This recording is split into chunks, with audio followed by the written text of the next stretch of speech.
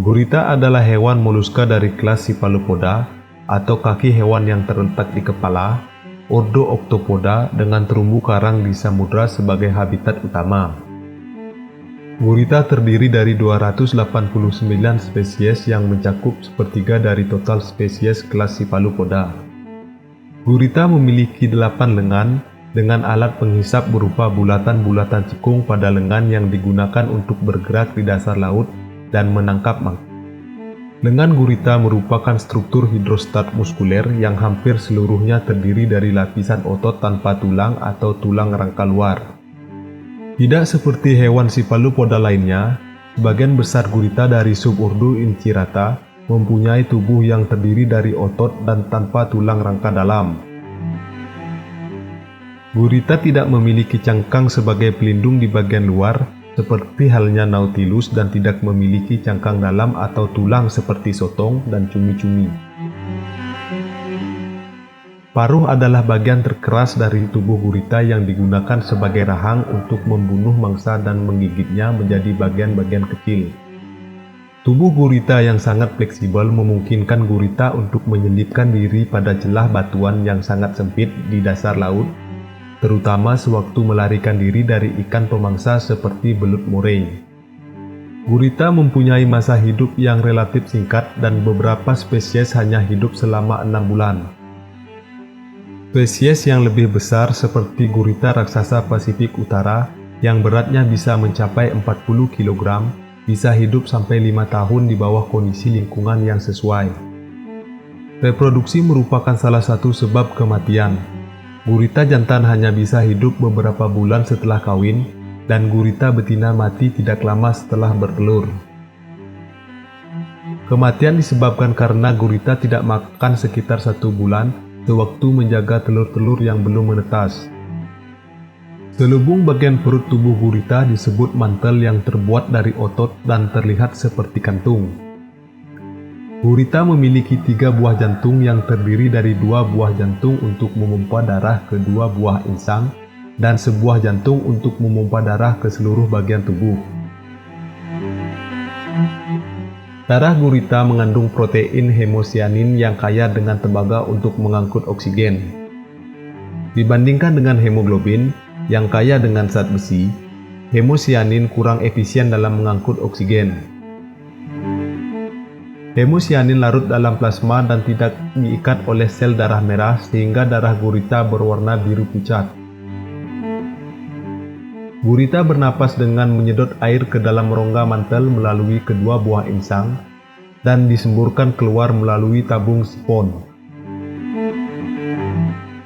Gurita memiliki insang dengan pembagian yang sangat halus, berasal dari pertumbuhan tubuh bagian luar atau bagian dalam yang mengalami vaskularisasi. Gurita sangat cerdas dan kemungkinan merupakan hewan paling cerdas di antara semua hewan invertebrata. Kecerdasan gurita sering menjadi bahan perdebatan di kalangan ahli biologi.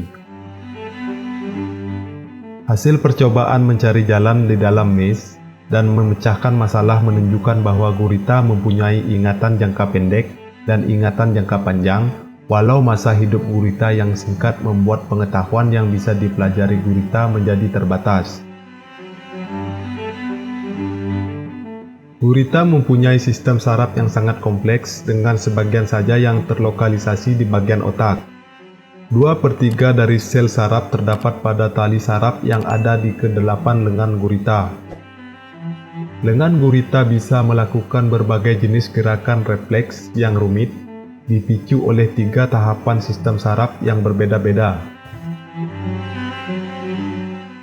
Beberapa jenis gurita seperti gurita penyamar bisa menggerakkan lengan-lengannya untuk meniru gerakan hewan laut yang lain.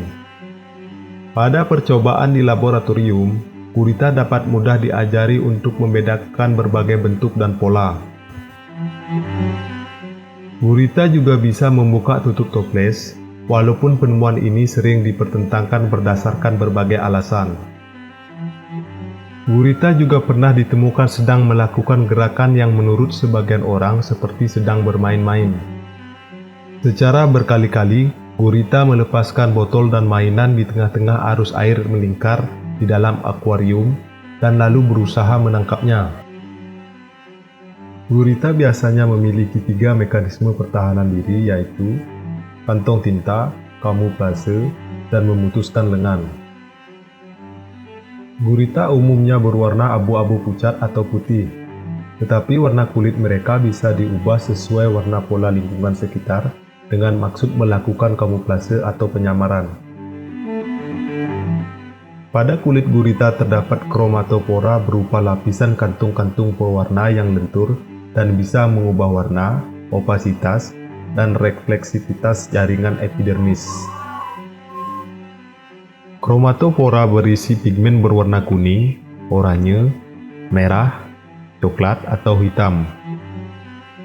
Sebagian besar spesies gurita memiliki 3 warna dari seluruh pilihan warna kromatofora yang ada. Walaupun ada juga spesies yang memiliki 2 atau 4 warna. Kemampuan berganti warna digunakan gurita untuk berkomunikasi atau memperingatkan gurita lain. Gurita cincin biru berubah warna menjadi kuning cerah dengan bulatan-bulatan berwarna biru jika merasa terancam, sekaligus memperingatkan musuh bahwa dirinya sangat beracun. Beberapa spesies gurita juga dapat memutuskan lengannya sendiri atau disebut dengan ototomi, mirip cicak, dan beberapa spesies kadal yang memutuskan ekor sewaktu melarikan diri. Spesies gurita penyamar juga dapat mengganti tekstur mantel agar kamuflase menjadi lebih sempurna.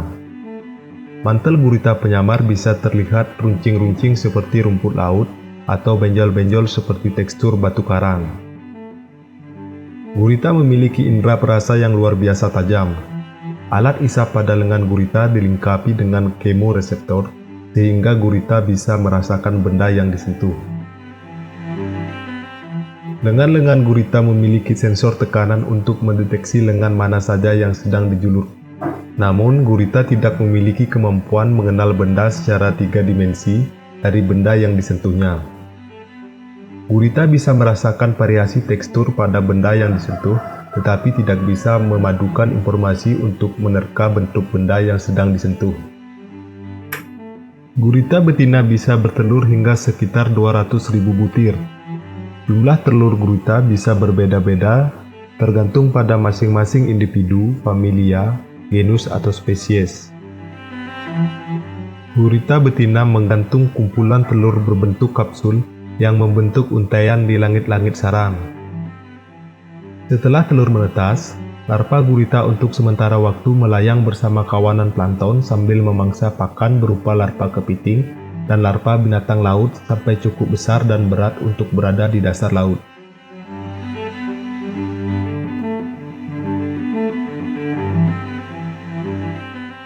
Demikian pembahasan kita kali ini, semoga dapat menambah ilmu dan wawasan.